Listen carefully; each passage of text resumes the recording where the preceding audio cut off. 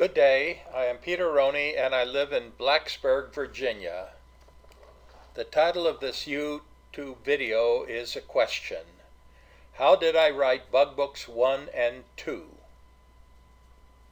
I'm going to give you the step-by-step process, and I believe this is an extremely important YouTube video. I am delaying a little, so I can have this title slide as a thumbnail. Please bear with me for a few seconds.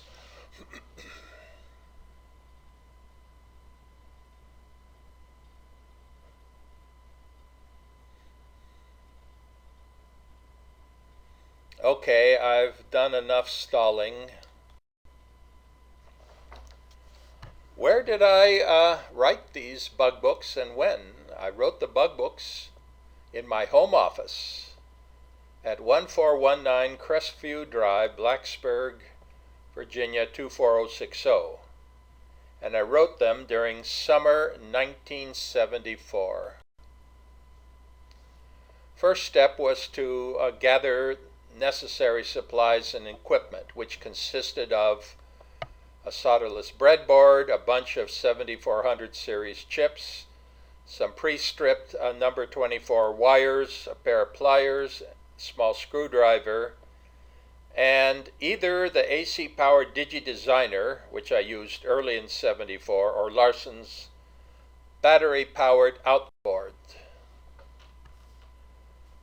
An indispensable reference book was the Texas Instruments book that provided the pin configurations and electrical characteristics of all of the 7400 series chips.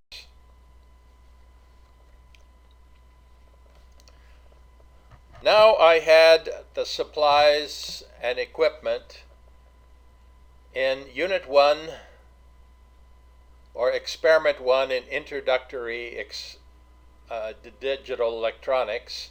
I tested the logic switches, logic indicators, pulsars, clock. I connected them together. I only needed wires. I didn't need any integrated circuits. These experiments were really simple. As the final experiment in Unit 1 of Bugbook 1, I made a huge jump. I showed my students how to wire a 7490 decade counter. I didn't do so with the Digital Designer hardware. I did so with Larson's 7-segment display outboard, which with an input allowed one to count from 0 through 9 and then go back to 0. I did this experiment only during summer 1974. Well, I created a group of experiments for Unit 1 in Bugbook 1, and finally I finished. What did I do next? I typed each experiment after I finished it. That's important. So the impression I had from the experiment was fresh. Another thing that was important, I made a handwritten sketch for each experiment. Not elaborate, just simple. And as the final step for Unit 1, I wrote the introductory material. Such material was extensive for Unit 1. I don't recollect how much time, but it probably took me a week. Having finished with Unit 1, I then proceeded to do experiments for Unit 2. By that time, I understood the concept of a gated signal, so I created a group of experiments with gated signal circuits. I believe that such circuits would be a lot more exciting than just creating boring truth tables. Anyway, check out Unit 2. I certainly had fun working on the experiments. After I finished the experiments and after I had written each experiment up, I wrote the introductory material to Unit 2. And as a rule, for all of my bug books, I did not proceed to any following unit until I had completed the previous unit. You know, I didn't bounce around. I just plodded methodically through the units. Another name for unit is chapter.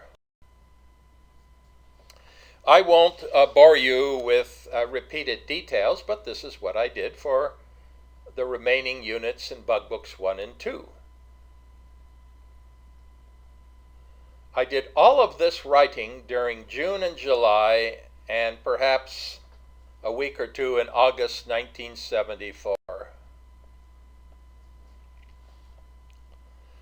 Now I want to direct you to the really important information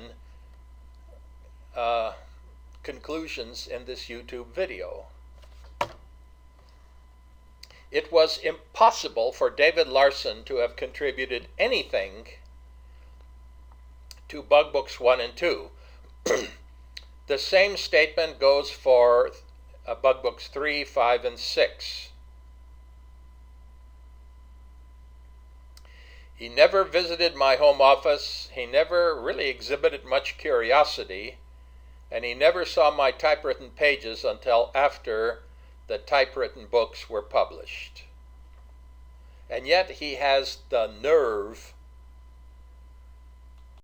to state the following in his audio track. He doesn't have the guts to even write such a statement in any of his blogs or his internet stories. Now you could perhaps understand why I'm so indignant. Well, I've asked myself for decades, and you probably are asking yourself now, why were my bug books successful? The answer is that with my typewriter, my experiments in my home office, I captured my learning process, not only in digital electronics, but in 8080A microprocessor programming and interfacing. This is why all of my bug books were successful. And I saw this personally with my chemical engineering students and with professionals who attended my short courses. All of them who used Bugbooks 1 and 2, or in fact any of my bug books, were repeating my learning experience, not Dave's. And my most successful bug book, in my opinion, is Bugbook 3. There was an immense interest to learn how and why a microprocessor, in this case the 8080A, worked. But the E&L trainer probably cost $1,500, and especially professionals, they wanted to quickly learn how the microprocessor worked and not spend too much money doing so. approximately 1,700 Titus MD1 microcomputer trainers were sold at the time, but I estimate that my Bugbook III sold at least 100,000 copies in 1975-76. And now, here is the quote from Larson's audio about display case number 10. Bothers me. Well, I can't do anything about it except to create the series of YouTube videos. But you can do something. Why don't you ask Larson why he falsely claims to have written Bugbooks 1 and 2? I don't care how you do so. You've got a post address, you've got phone numbers. You can use Facebook, Twitter, blog, postmail, phone, or even modern forms of social networking. Facebook, Twitter, texting, YouTube, email. Just do it, please. Thank you for listening to this long duration video.